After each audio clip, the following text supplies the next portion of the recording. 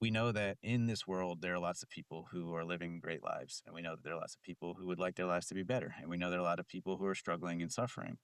Um, when we have these questions and when we think about this in that realm, it's important to be as broad as possible to understand how many ingredients you have, what ingredients are important to you, and how you can work your ingredients in the environment you live in.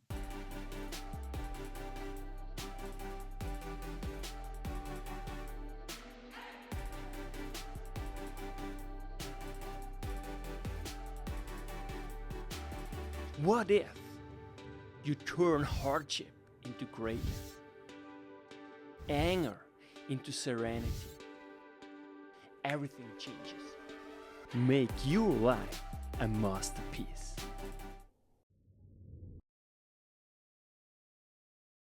Welcome, I'm Yanik, your host, and now joining me, Professor Dr. Joseph Levitan, a full professor at the Faculty of Education at McGill University in probably the most beautiful city in the world, Montreal, Canada. Welcome back, Joe, really to the show. It's such a pleasure to see you again and really talk about the incredible, important topic that is the good life. Welcome back. Thank you so much for your time. It's truly appreciated. Thanks, Yanik. It's great to be here again. Good to see you.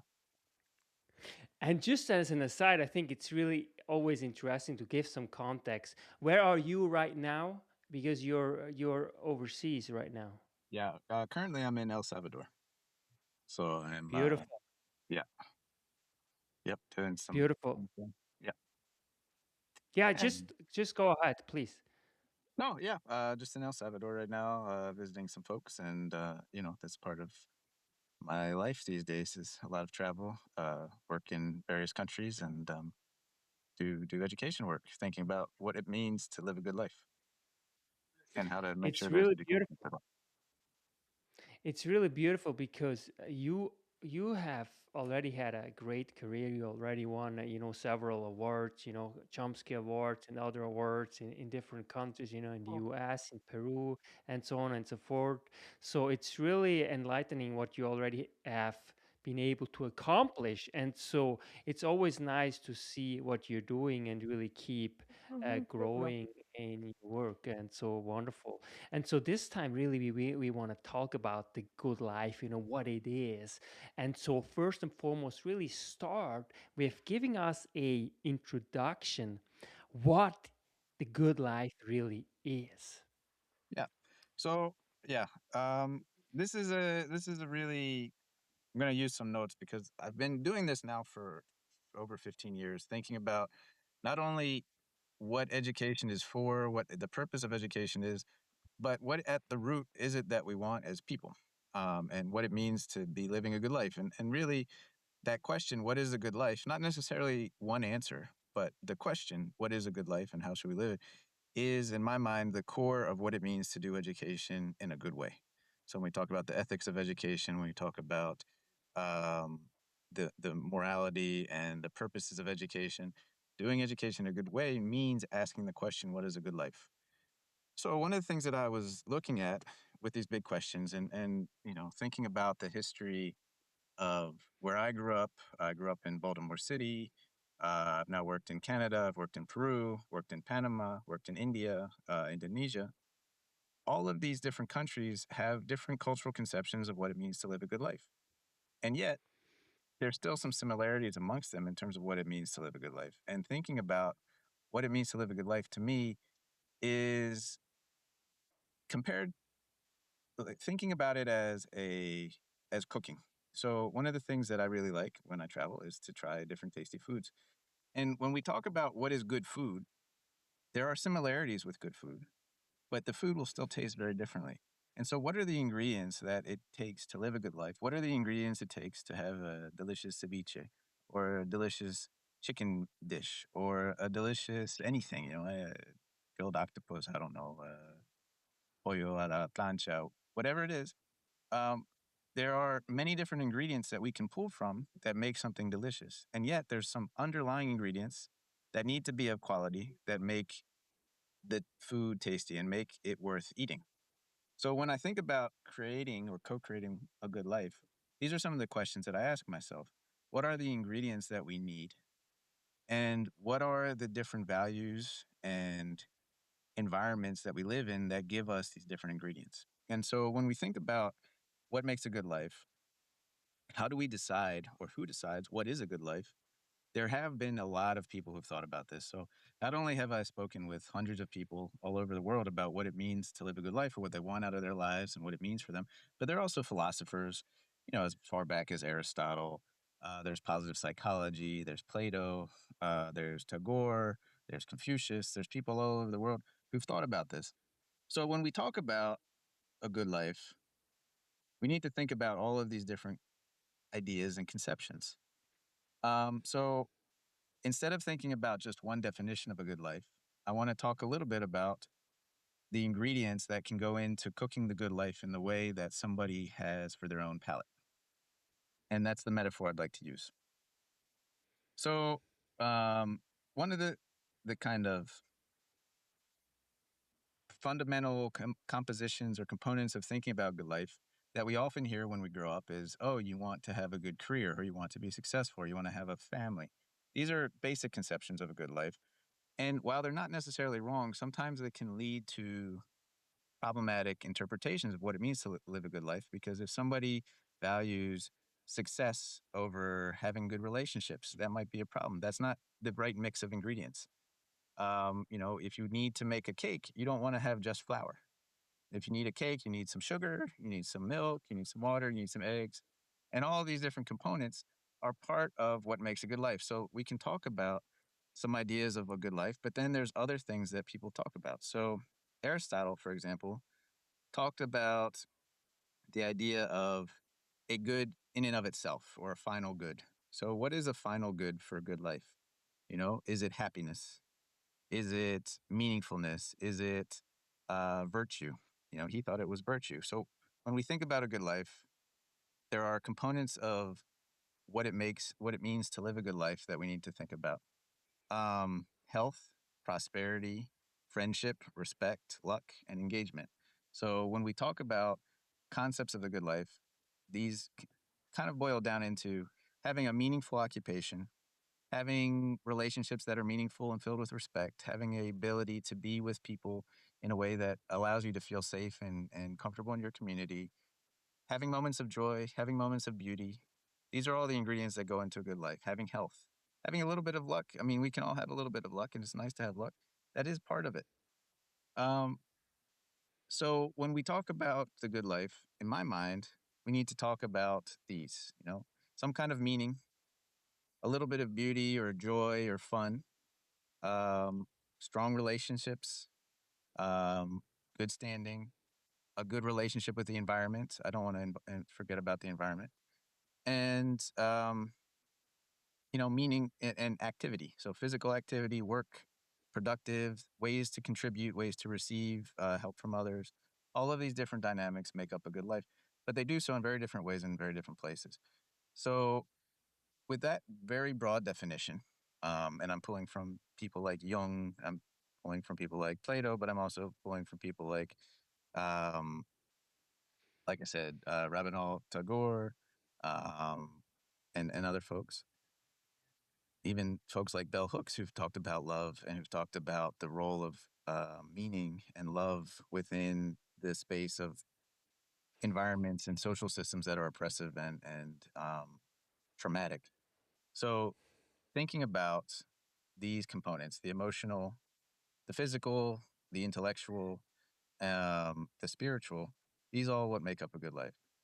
And when we mix the different ingredients, and we all can have different ingredients in our own space, we want to make those ingredients work for us. And we also want to make those ingredients work for somebody else. So, one of the things that we often have a problem with in the West is that our conceptualization of a good life is usually individualistic. In the East, traditionally, this is not the case anymore. And in the West, that's a stereotype as well, because it's not always the true. It's not always true in the West that it's individualistic. But there are individualistic assumptions of the good life, and there are collectivist assumptions of the good life. Individualistic assumptions usually mean individual talents, individual success in competition with others, coming out on top, things like that. Collectivist visions of a good life mean contributing to the well-being of others, living in harmony with others, and things like that. Both have their pros and cons. An individualistic way of thinking about it can allow you to have independence and freedom, and a collectivistic can allow you to have harmony and peace in a way that may not happen with the constant striving that would be individualistic. So the definition, all of that to be said, I know there's a long, rambling conceptualization of a good life, but at the bottom, we need to think about the ingredients that matter to us, our values. We need to reflect upon our own space in the world, our own relationships, our own environments, the things that give meaning to our life, and the things that bring us joy, as well as the things that hurt us, the things that make us stronger, the things that challenge us, the things that are excite us, and our desire to learn. These are the components that we need to mix together to make a good life. Some people like stability and regular small joys. Some people like to go off and explore very dangerous places, and that gives them a good life. All of these examples can work for a good life as long as these components are met, which is good relationships, meaning, um, learning, care, and the intellectual, emotional, and physical components of our lives. So when we think about that, that sounds a very, very far from what our education system does. And in general, not always, but often our education system's not thinking about the experiences that we should be having to construct a good life. Instead, it's thinking more about the instrumental means of achieving components of a good life, but sometimes at the cost of others. So, one of the things that we have seen in the rural Andes of Peru with Quechua speaking community members in Embera nations in Panama, in the rural Himalayas of India, is that schooling is very much about learning reading, writing, and arithmetic still, even in the 21st century. And even though there are movements to try to create 21st century skills, thinking about social emotional learning, the way in which education is conceptualized is still about some instrumental means that are one small part of what it means to live a good life, and probably not the most important part. And so when we think about education and what it's doing, and we're not thinking about living a good life, we're not thinking about all these different components and the different ingredients that every culture and environment and individual will have to mix to make their own good life, we do a disservice to the students. And our policies, our curriculum, our designations as core subject matter are all areas that don't really broaden the horizons enough for us to understand what it means to live a good life. So there's been a lot of research and there's been a lot of people talking about this, and I don't want to kind of go over some old stuff. And I think I've said enough about the different definitions and kind of how I like to conceptualize it and how other people have conceptualized it. But one of the things that I think is more interesting in terms of research and in terms of what a good life means today is that we've done a lot of research and writing on what it means, what a definition of a good life is. And you can go online and Google what is a good life, and there's even a website that's, something about a goodlife.com. There's all kinds of books and philosophers and people who've talked about a good life. And generally the trend is that there's no one definition, but there are a bunch of ingredients. We've also done a lot of research on learning. So, what makes somebody learn in a good way? What makes somebody learn quickly? What makes somebody learn math or science or reading or writing?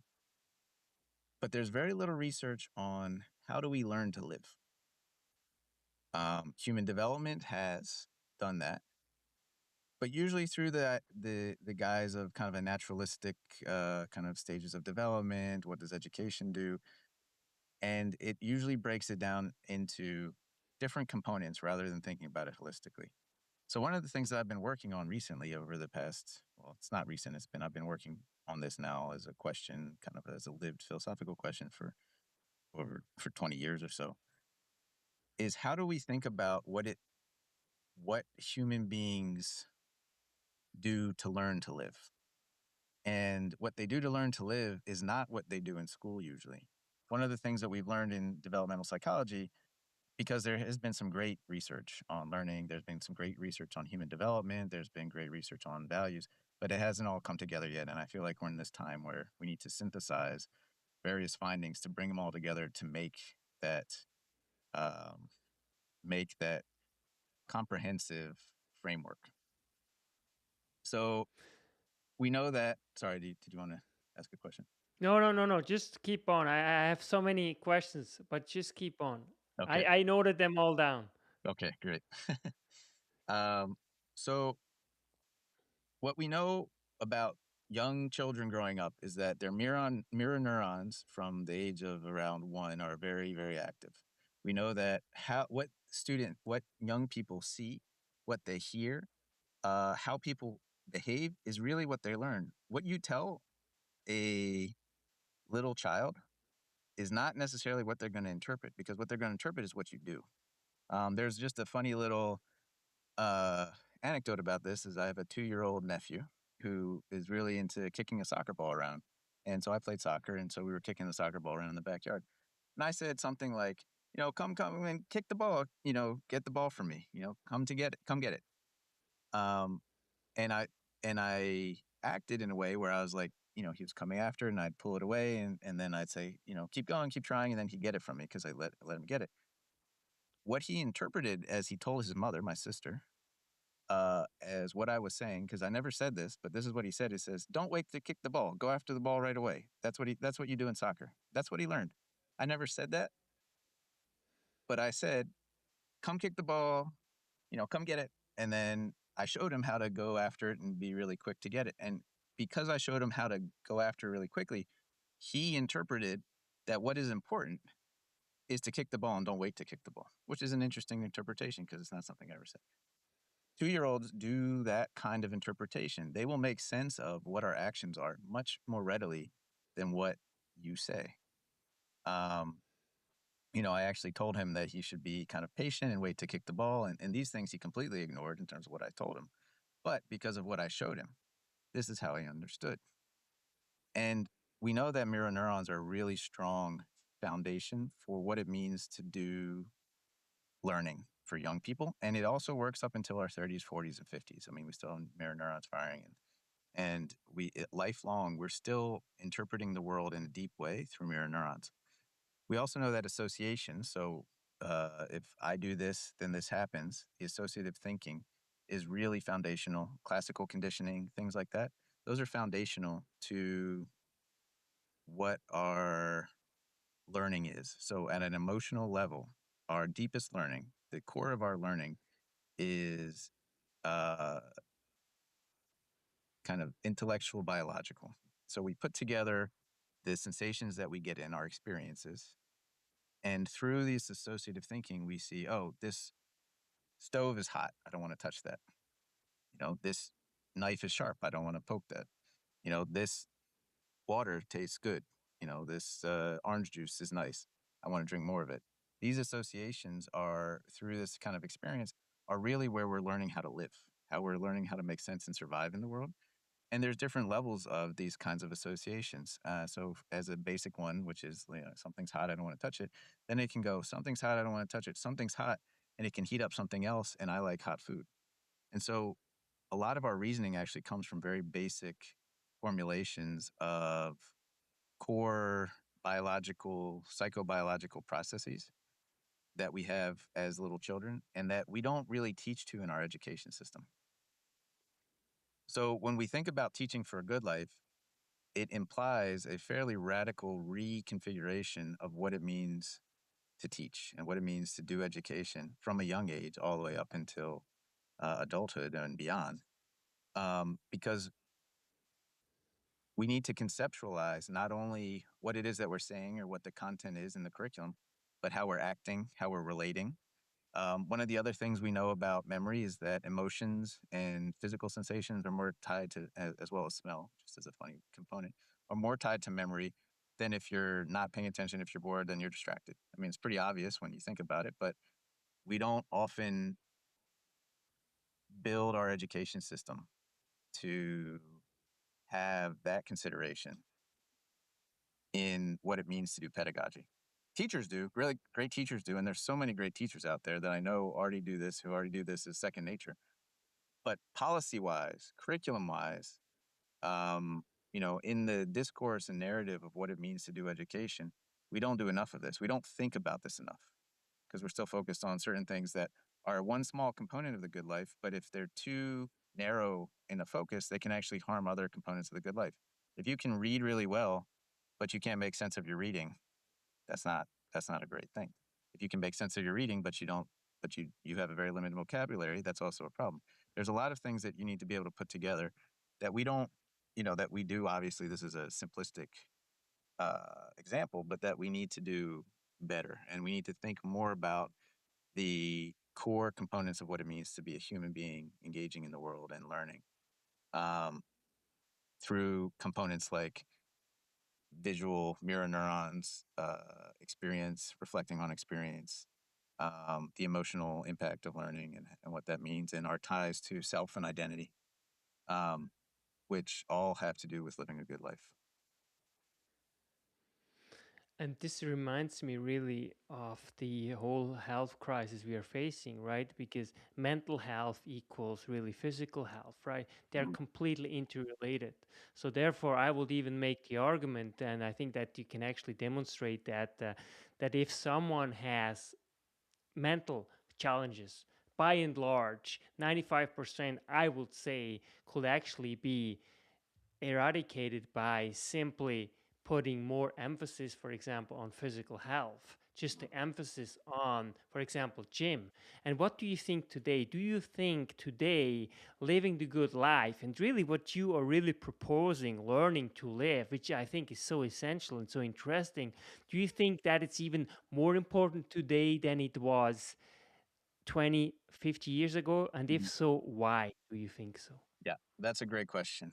Um, so one of the things that I found really fascinating in thinking about the history of education, thinking about the history of society, of human societies and how they've grown up, is that intuitively our societies often had core learning to live structures embedded in everyday living. So if you had to help your parents do things around the house, you were living from a physical standpoint, from an emotional standpoint, from a well-being standpoint. Um, are you still there? I think I got cut off for a second. Um, and you had a lot of interactions with people. You were learning from people in various different ways, and you were physically active. And I don't want to romanticize the past, but the way that the past was designed, the way that past societies had often worked, and I've seen this now in working with folks in rural communities, is that there's a lot more activity, there's a lot more social interaction, there's a lot more emotional engagement. And all of these things, whether it's challenging, whether it's positive or negative, one of the things that we forget is that negative experiences are really great learning experiences and can be positive if there's a strong enough foundation that there's a safe place to go back to. And a lot of times, the experiences of young people would be to go out beyond the confines of the safe space of the home, work in that space, live in that space, explore, learn in that space, and then come home. Sometimes home is not as safe a space as they would like, but there's often spaces that people would be able to have that were safe, and there's a place to be called home. And these experiences, the pushing of boundaries, the exploration of the unknown, the engagement with friends who were also growing and learning, there is a sense that you learn and you adapt and you become stronger through these interactions and through this work. And that strength is a core component of a good life. And the resilience that people have. I mean, people talk about resilience as if it's, kind of a concept that, you know, it needs to be developed. But back, even 30, 40 years ago, resilience was just part and parcel of what it meant to be growing up. And it could be traumatic, it could be problematic, but it was there. And now when you try to make it conscious or make it beyond being implicit, it doesn't seem to work as well because it's too controlled. I mean, one of the things that we find is um, a over control is as damaging as a complete lack of control.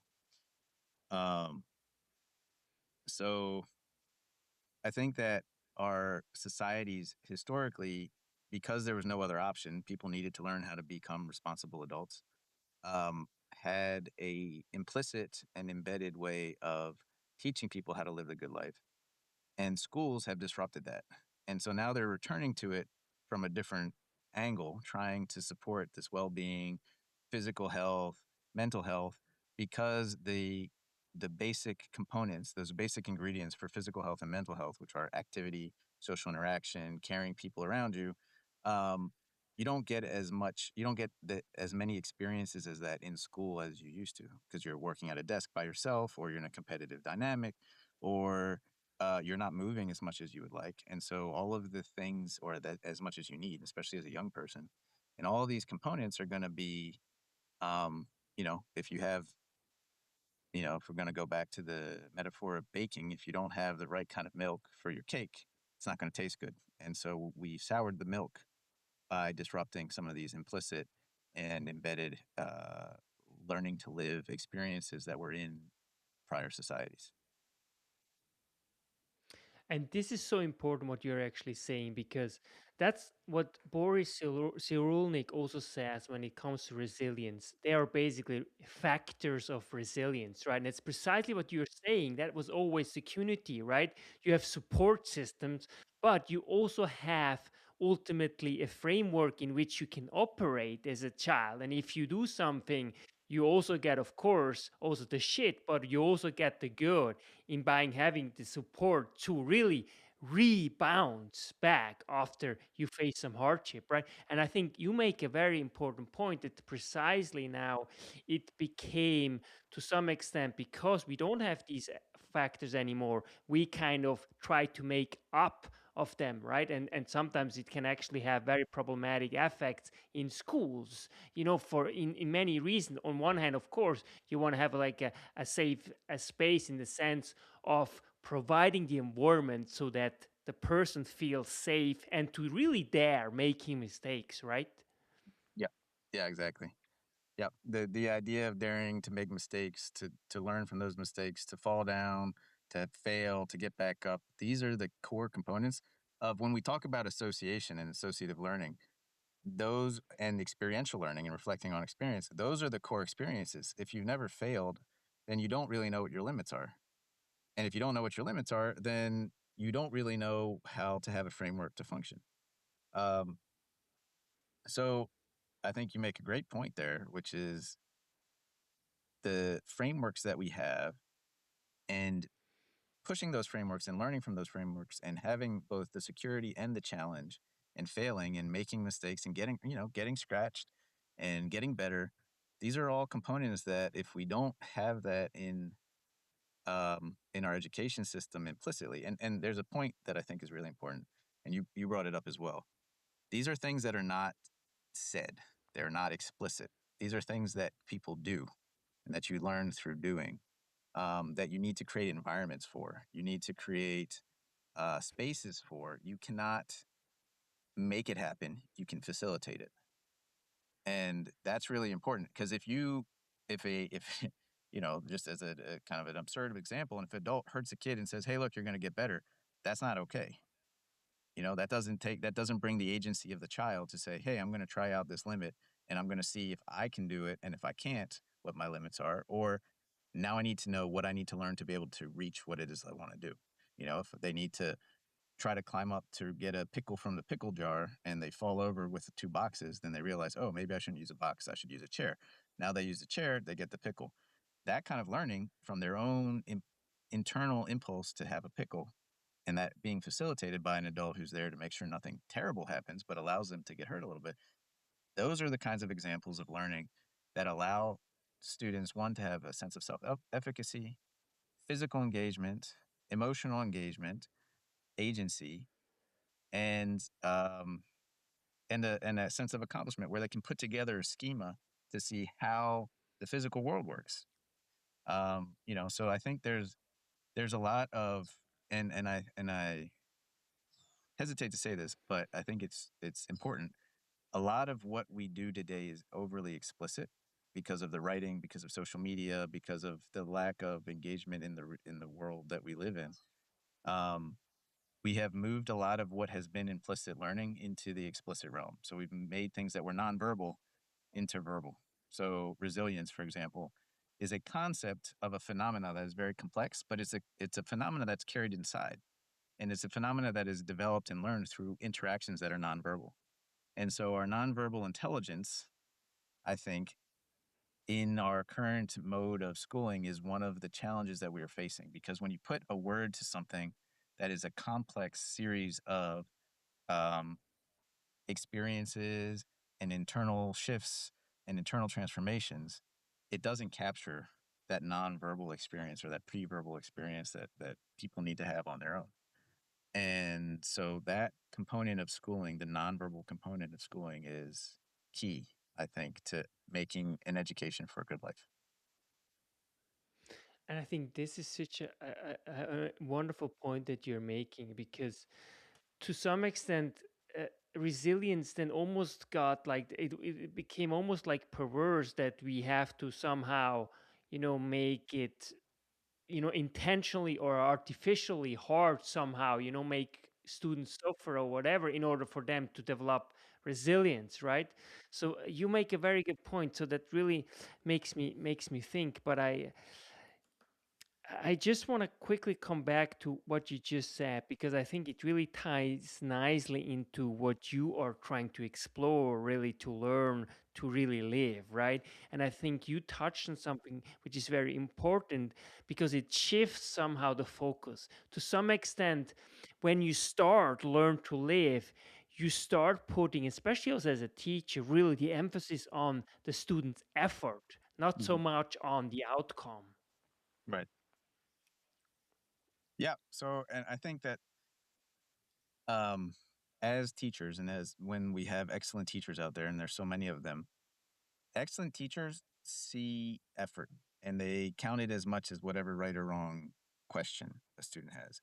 They see the struggle, they see the emotion, they see the nonverbal components of what is going on in the classroom, and they know how to work with that with their own ways of uh, managing the energy, using their words, but also using their physical presence in terms of if there's a student who's being a little disruptive, you move slightly closer to that student, they realize that you're paying attention to them, so they stop being disruptive. You don't have to say anything. And the best teachers are often the ones who use their physical presence to just maneuver around the room without having to do anything overt or major to control the energy of the students so that they're engaged in whatever activity it is that they're doing.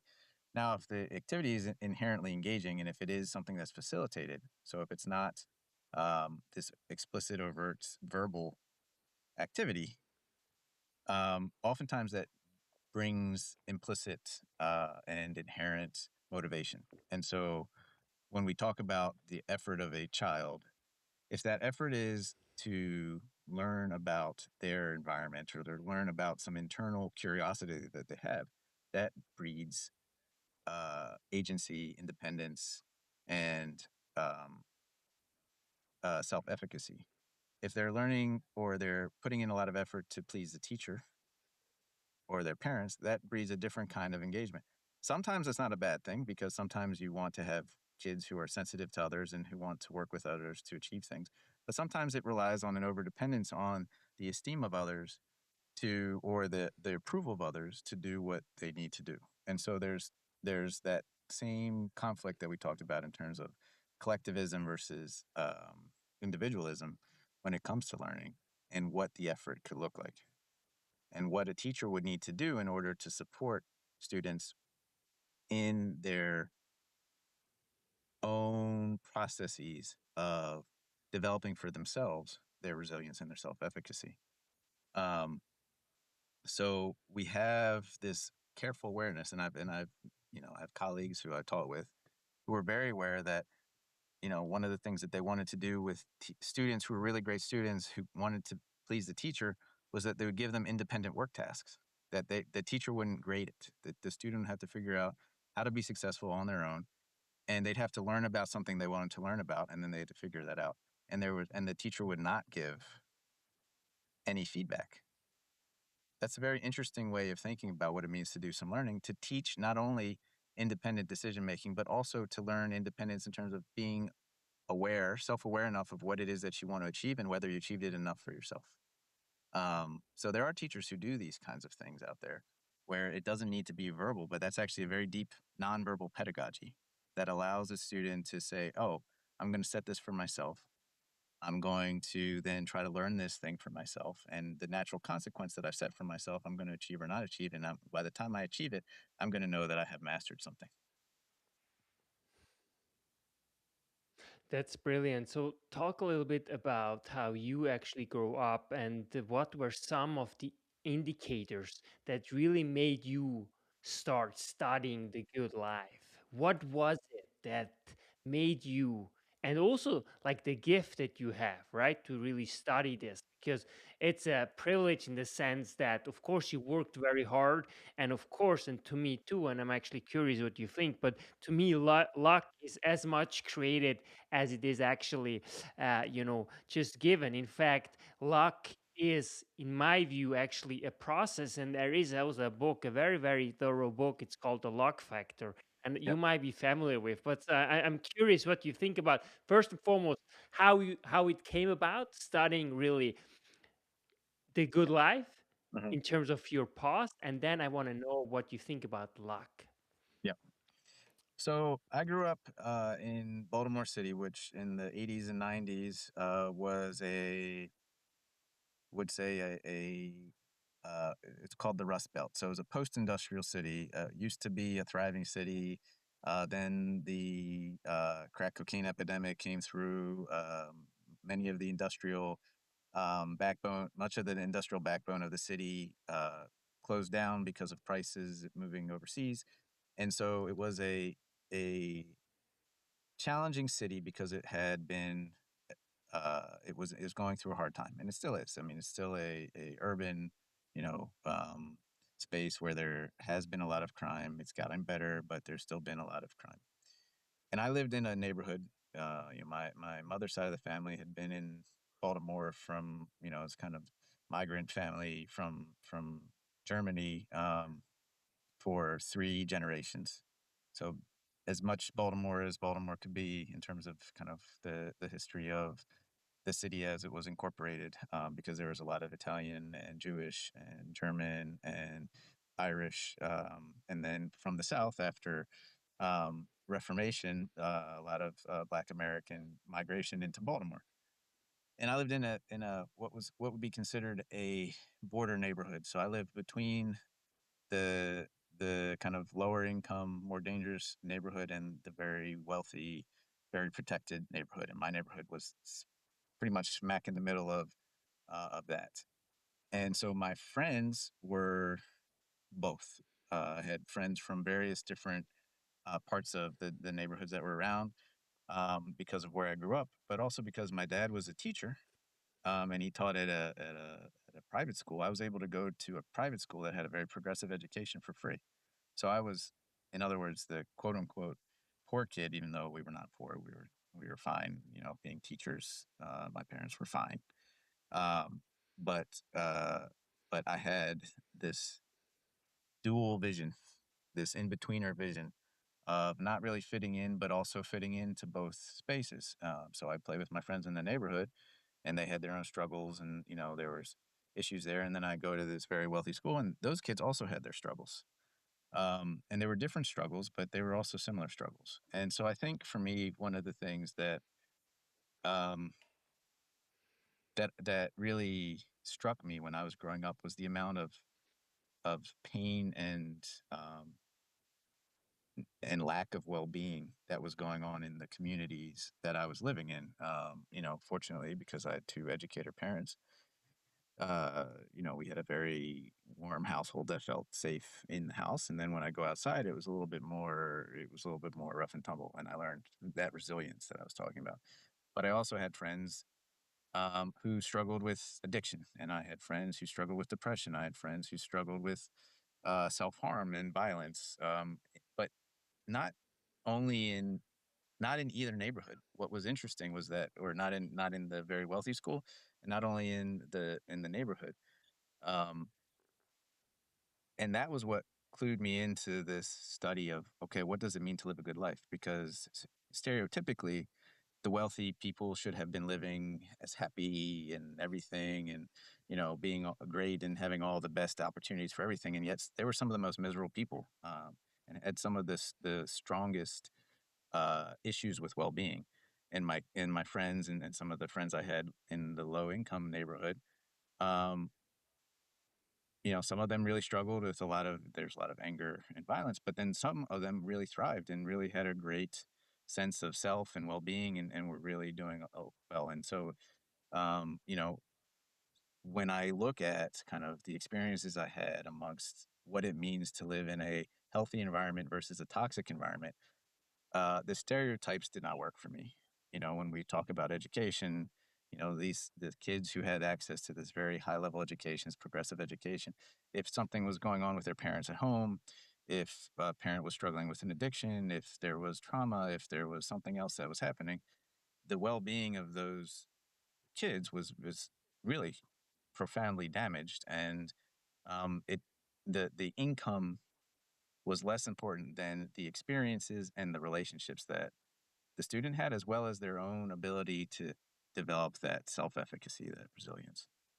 Um, and so I found that there's a loose, there's all this idea of like correlation, like what's going on between, income and well-being, or a correlation between, family life and well-being. And I found that um, the experiences of the friends who had a diverse group of caretakers, not caretakers in an official sense, but let's say aunts and uncles or neighbors, and who had a group of friends who may, you know, may be a little rough around the edges, but was there for them, really improved a lot of the well-being. But so did a sense of independence and a sense of community as well as independence. And so thinking about that and thinking about this deep problem of well-being and how it's gotten worse since the 80s and 90s, I started to explore this, and I wanted to explore it from other perspectives. And so, like you said, it's a privilege to be between different worlds, because when you're between different worlds, you can compare and you can see different perspectives. And I took this learning of different worlds and the kind of implicit cultural nuance that I developed in it, because my friends in the neighborhood were, there were Black American friends, there were Latino friends, there were friends who were recent migrants or immigrants or refugees, and then there were friends who were white, friends who were Jewish, and then in the wealthy school there were other friends who had similar identities, but they had very different experiences. So the school was primarily white. So there's also a racial component to this, and learning about the different cultures and what cultural identity meant, and cultural pride and self, and a sense of self and identity was really important to that. And we've talked about that in the past. Um, so thinking through all of these different components, and what was it about the friends who were doing well, who overcame challenges, who may have, had hard things happen to them, but were able to do well, was really interesting to me. And so I started to think about that. And then I had the privilege and the hard work, like you said, the luck, the created luck, perhaps, because I started to really think about this, was to take chances and to start thinking about not only what it means to live a good life, but what it means to have well-being, what it means to create a society where this can happen. And I studied philosophy in undergrad and studied kind of all these different theories about what it means to be human, ethics, what it means to live a good life. But I also decided to take chances. So I decided to go and figure out how to learn about this through working construction. And then I decided to go and travel after working construction to Japan and Thailand, where I was learning about different philosophies of a good life. And through connections from undergrad, I was asked to support one of my friend's goddaughters to go to school in a rural community, in a Quechua speaking community, in Peru. And so then I started to bring this perspective of what does it mean to live a good life when the Quechua communities living with the legacies of colonialism, the bigotry, and the oppression that has happened, and then the reformation and the pushback and the growth of Quechua as a language, as well as what it means to think about the rights of indigenous communities, and looking at the different ways that people have navigated both oppression, challenge, as well as privilege and power, and what are the underlying components that make a good life. And one of the things that I found is that it is like baking a cake or making a meal. It's not one thing that is a good life. It needs to be diverse. It needs to be multiple. It needs to have good ingredients always. But those good ingredients, they might all be the same. Like there's almost always water involved. There's always some kind of carbohydrate. There's always some kind of protein. You need to have good dose, but those core components translate into different things. It could be fish, it could be tofu, it could be beef, but there's going to be a protein. And so when you think about it that way, it's a very helpful way to think about what it means to construct a good life. And then I started looking at how to compare that with how education works and doesn't work for folks and what that means, because education has a dual legacy of um, both oppressing and liberating folks. Both being a support and a great place for some people to be so they can learn and they can capture and they can catch that good life, but also a place where people become bored and soul crushed. And, there's ideas of schools killing the souls of students. And so if school can both be a source of inspiration and a space for a soul to grow and a space for oppression and a space for a soul to die, how do we get to this place of um, the support of this idea of well-being and a good life? And so I did a master's degree on that, and I worked as a teacher in Baltimore City schools. I worked in the South Bronx, and then I studied a PhD about basically these questions and said in another way. One of the things that's very hard about this, and one of my favorite paraphrase quotes of John Dewey, is that learning like happiness is not direct; it's a side effect. You need to be doing something else, and if you can design the experience or create the experience or co-create the experience the right way, learning and or happiness will be the natural side effect. And I thought that was a very profound statement to think about um, what it means to live a good life, is that our aim for a good life needs to be aimed at something else, and the good life comes as a natural consequence. But if you're looking at a good life, it may not actually be as helpful unless you're studying it as an academic, like what I did. And so then you go with all of the anxiousness that means, like, is this not, all of these things, and thinking through all of this to try to make sense of it. And that's the hard work in some ways, which is, going off and being in remote areas to try to understand how people are doing, getting, interviewing folks about what it means for them to live the way that they live, and not saying it directly, but saying it indirectly enough to get to the side effects of it, and then bringing it forward directly, consciously, but talking about what it means to live a good life through collaboration, through connection, and bringing this understanding to conscious awareness so that we can then think about taking it back to the nonverbal. What is it that makes it so hard today to actually find also the right ingredients for the person? Because someone has actually asked has to ask him or herself these questions, right? And to actually then unpack it and then figure out, okay, well, this might be a good ingredient that I need in order to bake my cake. Yeah. So to use another metaphor, I think contamination has really hurt us. Contamination in terms of social media contamination, environmental contamination, the contamination of um, over verbalization. This idea of nonverbal intelligence is I think something that's really worth studying now. It's not something that I think had been an issue for most generations. It was just something that was kind of present. But now, because a lot of our experience is on the verbal plane, and the textual, reading text messages rather than talking to people, communicating emotions through emojis rather than actually seeing each other face to face. The social graces of just seeing somebody who's upset and knowing kind of how to just kind of be there without even needing to do anything overt, just not even putting a hand on the shoulder, but just being there in silence with them. Those are things that don't happen as much as they used to. And so we need to return. It's, what's old is new again, and what's new is old again. And so there's a kind of a return that I think um, would be worthwhile to explore in research, even though the irony is, and perhaps the inevitable um, problem with this is that we need to communicate this via words.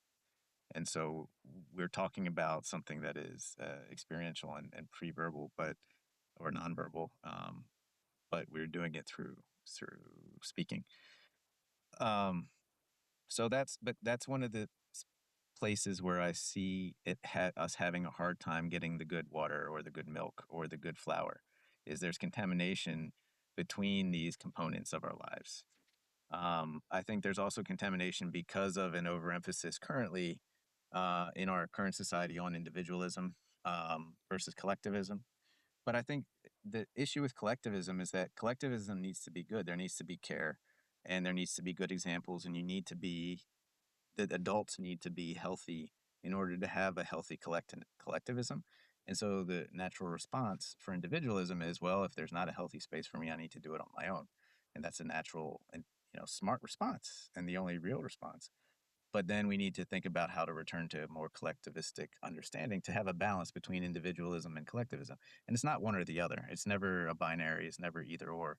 But the thinking through the right mix of collectivism and individualism is really important for that through um, modeling the behaviors of being and the existences of being healthy folks who care about their own well-being as well as well-being of others as well as well-being of the environment. And this is so an important point because that's actually what Jung is also saying, right? Because what the danger always is in collectivism is that all of a sudden you find somehow a reasonable reason for actually sacrifice the individual, right? And that Yeah. what happened, in the past, right? So Young, in this sense, he was truly a prophet. He really foresaw all the challenges because that to some extent really what we are facing again today. And I just want to quickly go back to what you were saying about this oververbalization and also this contamination, right, through social media and all those kind of things that are very, very problematic, really, these very toxic environment. Therefore, there is so much confusion on so many levels, right? But I'm curious about intelligence because, as you say, right, basically, it's a full circle again back is that we had an overemphasis on verbal and math, right? And when you actually look back, evolutionary speaking, and even though we can't really show scientifically yet the different intelligences that Gardner was saying is, but these different intelligences such as collaboration, interpersonal relationships and skills and so on were really crucial in order for us as a species to survive, right? So Mhm. touch a little bit on that, but because I find this is actually very important and I think it becomes more and more important again, even though we don't, as you said, right, we don't want to go in one extreme or another. It's really a balance, but I think to some extent what you're saying is really important. Yeah. So I think that's if maybe you could repeat your question just a little bit because I was going to go in a couple different directions, but could you repeat your question? You were saying, right, this over verbalization in terms of math, in terms of languages, right? But if you look back, evolutionary speaking, is that what really helped us to survive as a species was really collaboration, right? We Mhm. had to go physical, kinetic, ability to really go as hunter and gatherers far in order to get food, right? And come back. And so we were, accordingly, we were physically, we were at least walking every single year for 3,700 kilometers or so by Right. average, right? Mhm. So how does this somehow tied in to what you just said, right? Is Yeah. that basically old things become new things and new things become really old things, which is really Mm. what it is. Yeah. Yeah. So, and I think that that is, when what I've noticed, a pattern I've noticed with with our social endeavors is that um, we focus really in, and this is a cultural thing that I think happens in specific cultures, but we focus really in on something, and then we get really good at that thing. But in that focusing, you get a lot of advantages, but you also get disadvantages. And so the disadvantage of being really focused on that thing is that it takes up your whole world. It takes up your whole mental space. It takes up your whole um, purview. And so if you see only a narrow portion of the world, that's what your world becomes. And when the role of this kind of um, exploration happens, we develop some really deep thinking and some really deep engagement. But we also lose sight of these other components with our work and our um, thinking through the ways in which our experiences get limited by this. And so we need to then refocus and we need to broaden our purview and now think about other things.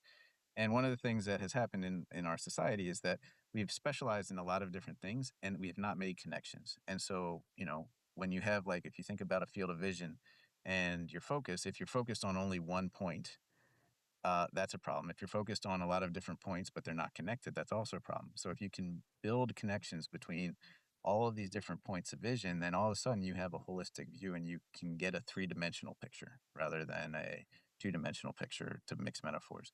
Or you can get a full view, a 360-degree view rather than a 20-degree view. And that's where I think we need to go in our ways of understanding education, what it means to live a good life, and going beyond this verbalization. So the verbalization is what we have focused on now for hundreds of years. We've gotten to the point of verbal and explicit instruction and verbal and explicit communication to a point where we now communicate more with verbal than we do with nonverbal. Even 20 or 30 years ago, most of the communication was done with a tone of voice, with a body attitude, and these were adapted and thought about. Now, because of text messaging, even with video calls, it's better in some regards, but it's also harder because you don't get to see everything else around the person in terms of their visual field.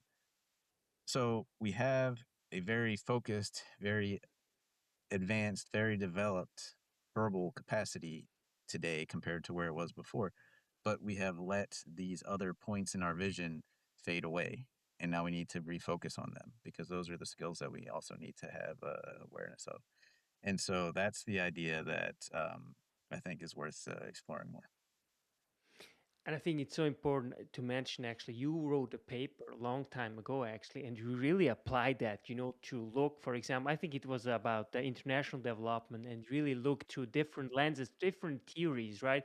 Because this really helps you to take different perspective and therefore you become much more nuanced understanding of really the world, and therefore you kind of pause and say, you know what, actually he has a very good point. And I think it's also very helpful in the today's environment. When I look, for example, at the US, and there's a lot of people who just freak out, and I'm like, hey, just pause, just relax, because there's actually a lot of things that totally make sense from, for example, geopolitical perspective. You know, people like, oh no, because it's this person, it's like Donald Trump. No, you can't say anything good about it. No, there's so many things that they're actually great. Look what happens, in Israel, with the ceasefire, in Ukraine, and all those kind of things. That's fantastic. I mean, that is my problem today. We just focus, as you say, narrow thing, just a negative, for example. But Uh-huh. that's lazy. To me, that is bankruptcy of especially of intellectual conversation, especially Right. also for universities, because that's what we gotta do. That's what's exciting, that's why we are here for. And therefore I'm so happy that you're here. But I'm also very conscious about the time, Joe, because you're a busy man. So do you have anything to add? I mean, there's so many things, and I would love to really get back to this, because we go all over the place, basically. But I love your analogy of really cooking a cake, and you really deciding on the ingredients, because the ingredients really matter.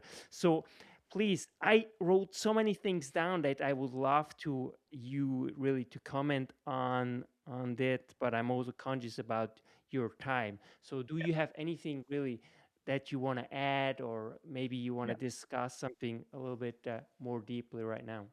No, I think your point about the nuance and the multiple perspectives and the way in which we think about our conclusions is really important, and that's, I think, the main point. And you're right. I wrote a paper on this, and I think that um, our and that's, to me, like, you think about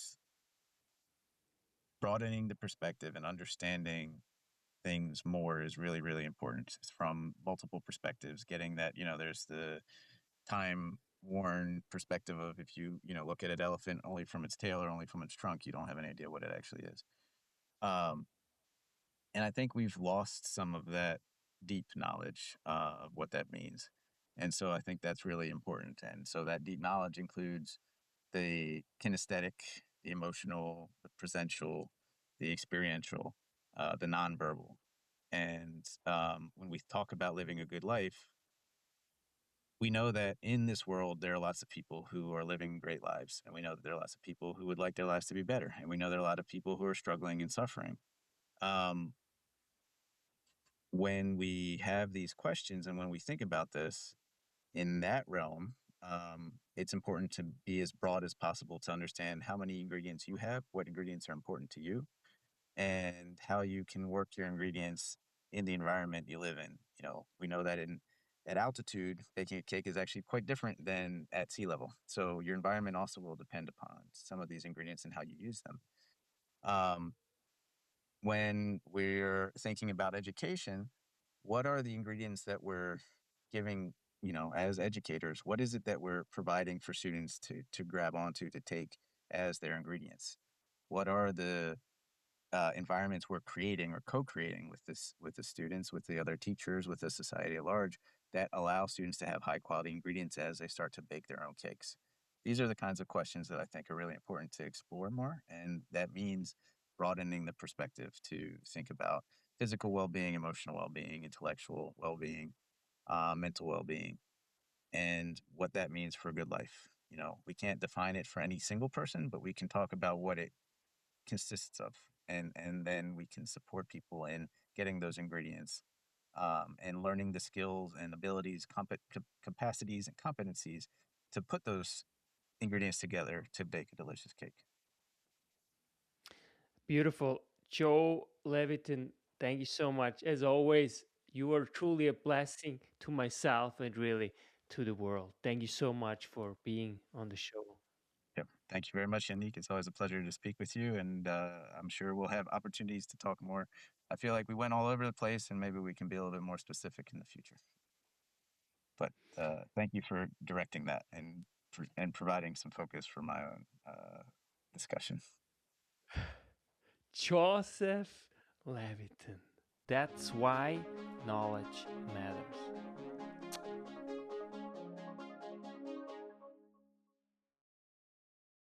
Make your life a masterpiece.